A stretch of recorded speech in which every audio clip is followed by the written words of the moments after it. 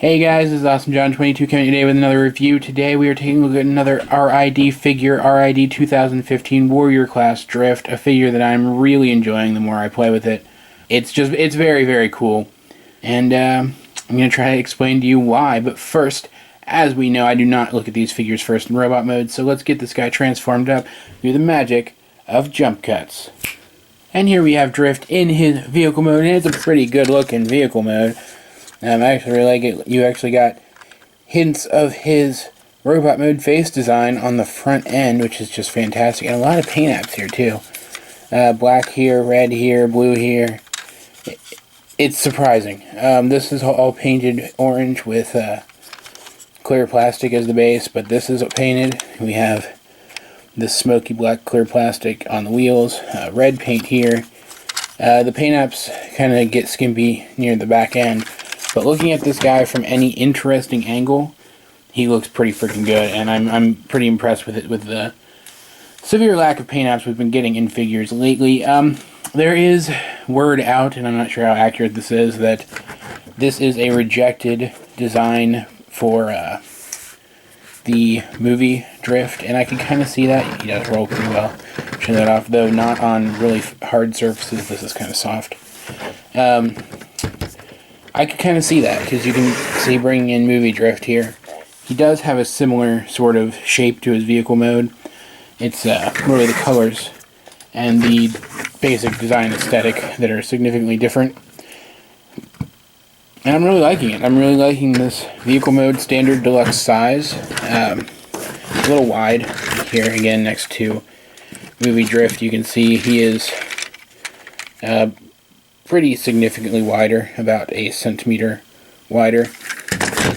And yeah, I like it. I like it a lot, and thankfully it only gets better than this. So let's go ahead and get this guy transformed up. He does have weapon storage, as you can see underneath here.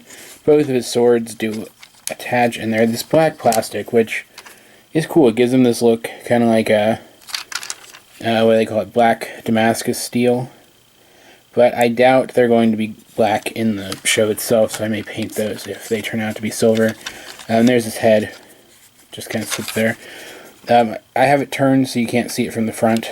If you straighten it out, it would just kind of sit like that. And you could probably turn it around, I'm not really sure, but I don't see the point when I can hide it just fine the way it is. Transformation for this guy, fairly simple. First, we're just going to kind of loosen up these doors and bring these sections down. That'll allow us to come here, raise this section up like so, and probably the next best thing to do would be to rotate this whole section around like so, loosen this up, bring it around onto the back like that. I thought an accordion, but it doesn't. It just goes like that, kind of like the back panel on Bumblebee's robot mode. Next we bring this section down, and it becomes his chest with the silly ring Autobot symbol. Straighten out his head. Bring his arms down.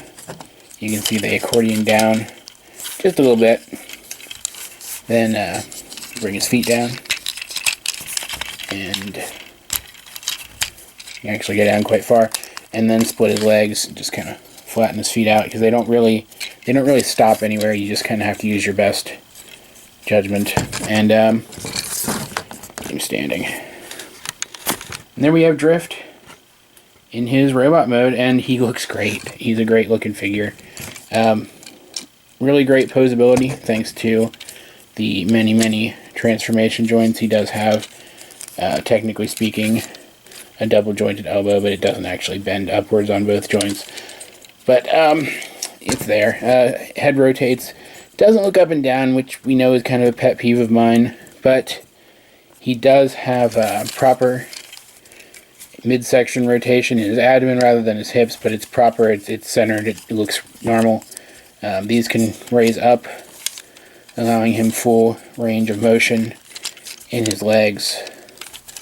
He does also rotate in his legs. I kind of like to leave these kind of one notch out like that, but you can leave them down like so as well. It doesn't really affect anything at all. And in terms of standing, which I say as I try to stand him from behind the camera.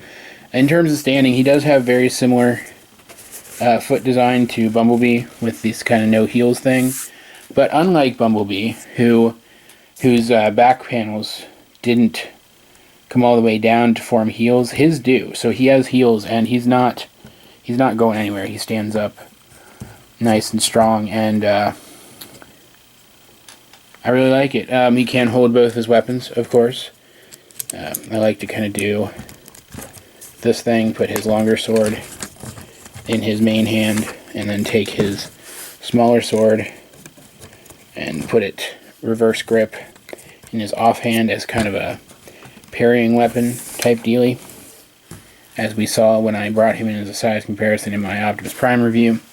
Here he is with movie drift. You can kind of see this is where the similarities aren't as apparent. He's very similar in terms of the robot mode, but the vehicle modes rather, but the robot modes themselves aren't that similar aside from the vaguely Japanese aesthetic. You can see he's actually a tad bit taller than Movie Drift. And then here he is with Bumblebee, who I did manage to find, clearly. And you can see, get Bumblebee to actually stand up straight here. You can see he's also, it's not really coming across, there we go, that's a little bit better. He is actually a bit taller than Bumblebee as well, which is kind of interesting. I wonder if that's going to be the scale in the show, or if that's just the scale in the toys, or what the deal is with that. But it's really nice, and I really do like it. Drift has some fantastic detail on him. You can see great silver paint in his face, blue paint on his eyes, though they're so narrow that it's not really showing up that much, but red paint on his face crest, and even black paint ringing his face and the edge of his helmet, his kabuto. Great paint, black paint in this kind of X shape on his chest, and even some additional paint apps on his knees. Everything else is visible in his vehicle mode and just kind of serves to accentuate everything else. Drift here, I think I mentioned this in the movie Drift review. Drift isn't a character I really followed in the comics where he originated, but he's always a character that interested me, and this character interests me even more. Bringing Drift into one of the series I think is a fantastic idea, considering that he was in the movie. This will give fans of the show exposure to the character. I think it's a fantastic idea, and it is spearheaded by a fantastic figure, which should be showing up in retail. You know, if not already, then relatively soon. And I recommend picking it up. This is, at least in my opinion right now, probably the best Warrior class figure in this line. But that's really it for this episode, guys. I hope you enjoyed it, because I certainly enjoyed making it. Help me out, like and subscribe. Leave a comment down below if you feel so inclined. In the description down below, you'll find links to all the other things I'm working on, including a link to my collections video, which should be updated within a few days. Check that out, and if you see anything that you'd like me to review, let me know, and I will see what I can do. This has been Awesome John 22, and I will talk to you guys later.